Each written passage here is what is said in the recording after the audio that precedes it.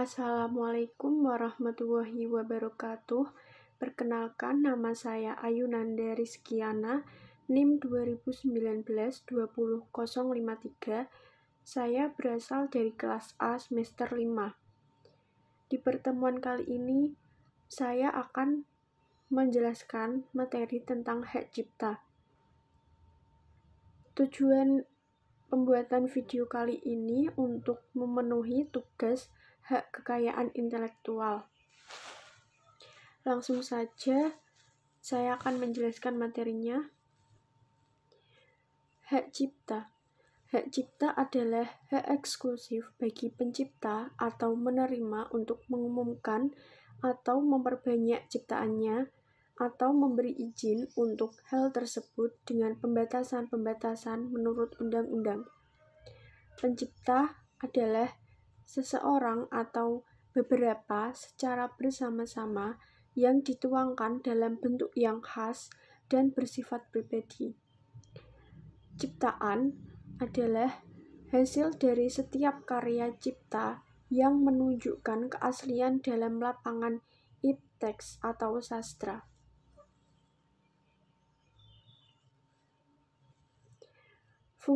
Fungsi dan sifat hak cipta.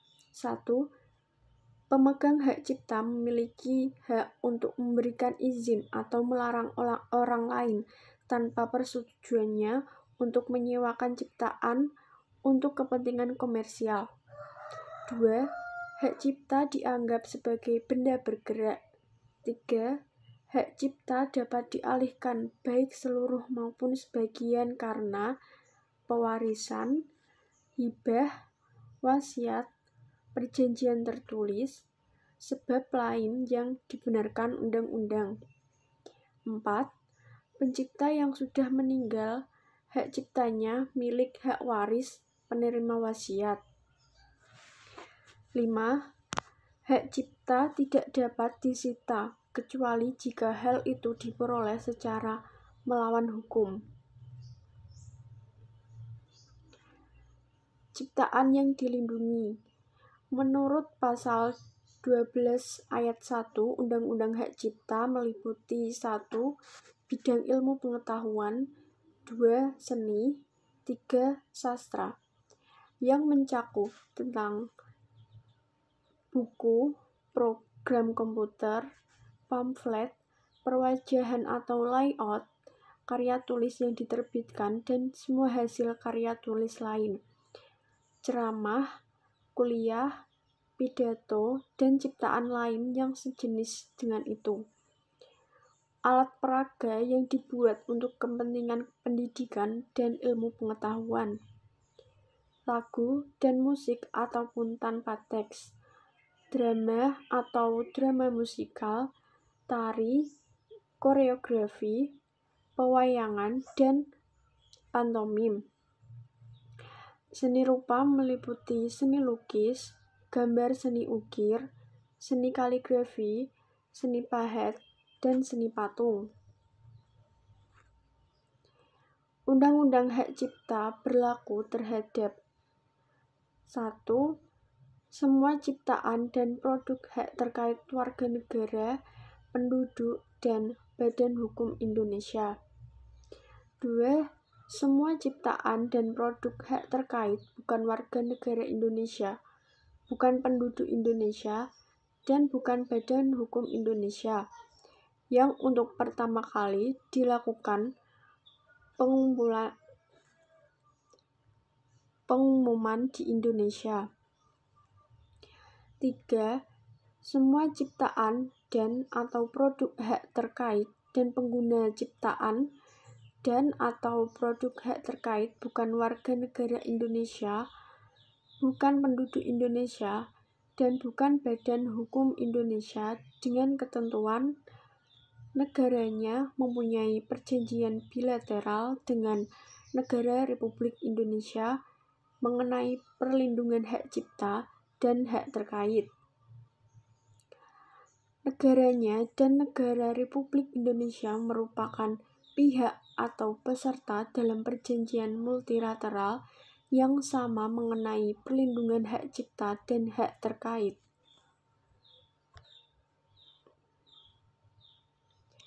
Hak cipta merupakan hak eksklusif yang terdiri atas hak moral dan hak ekonomi.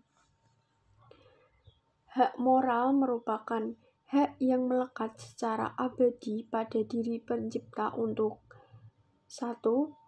Tetap mencantumkan atau tidak mencantumkan namanya pada salinan sehubungan dengan pemakaian ciptaannya untuk umum. 2. Menggunakan nama aslinya atau samarannya. 3. Mengubah ciptaannya sesuai dengan keputusan dalam masyarakat. 4. Mengubah judul dan anak judul ciptaan. 5. Mempertahankan haknya dalam hal terjadi distorsi ciptaan, mutilasi ciptaan, modifikasi ciptaan, atau hal yang bersifat merugikan kehormatan diri atau reputasinya. Hak moral tidak dapat dialihkan selama pencipta masih hidup. Tetapi pelaksanaan hak tersebut dapat dialihkan dengan wasiat atau sebab lain sesuai dengan ketentuan peraturan perundang-undangan setelah pencipta meninggal dunia.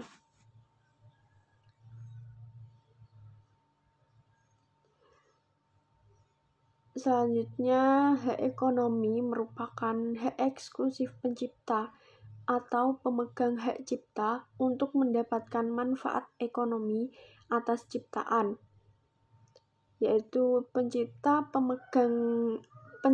atau pemegang hak cipta memiliki hak ekonomi untuk melakukan penerbitan ciptaan, penggandaan ciptaan dalam segala bentuknya, penerjemahan ciptaan, pengadaptasian, pengaransemen atau pentransformasian ciptaan, pendistribusian ciptaan atau salinannya, pertunjukan ciptaan, penyewaan ciptaan.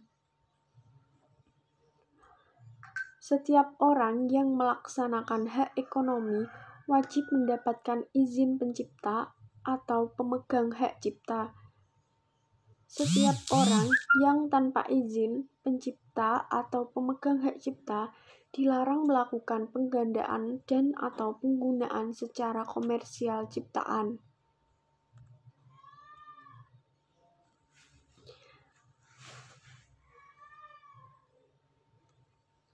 Hak cipta merupakan benda bergerak tidak berwujud. Hak cipta dapat beralih atau dialihkan, baik seluruh maupun sebagian karena 1. Pewarisan, 2. Hibah, 3. Wakaf, 3. Wasiat, 4. Perjanjian tertulis atau sebab lain yang dibenarkan sesuai dengan ketentuan peraturan perundang-undangan. Hak ekonomi atas suatu ciptaan tetap berada di tangan pencipta atau pemegang hak cipta selama pencipta atau pemegang hak cipta tidak mengalihkan seluruh hak ekonomi dari pencipta atau pemegang hak cipta tersebut kepada penerima pengalihan hak atas ciptaan. Hak ekonomi yang dialihkan pencipta atau pemegang hak cipta untuk seluruh atau sebagian tidak dapat dialihkan untuk kedua kalinya oleh pencipta atau pemegang hak cipta yang sama. Berikut saya akan menjelaskan tentang penyelesaian sengketa.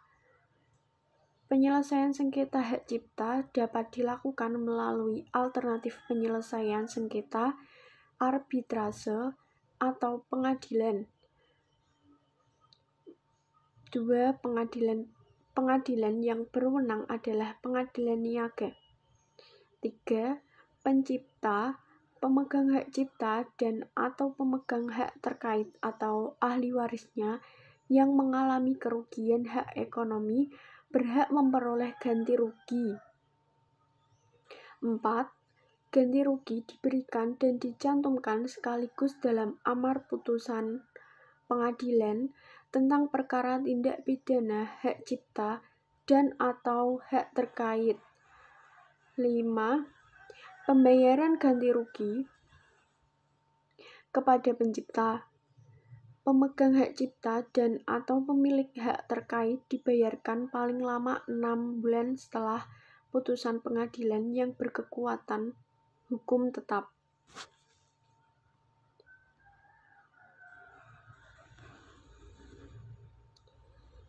Ancaman sanksi pidana hak cipta.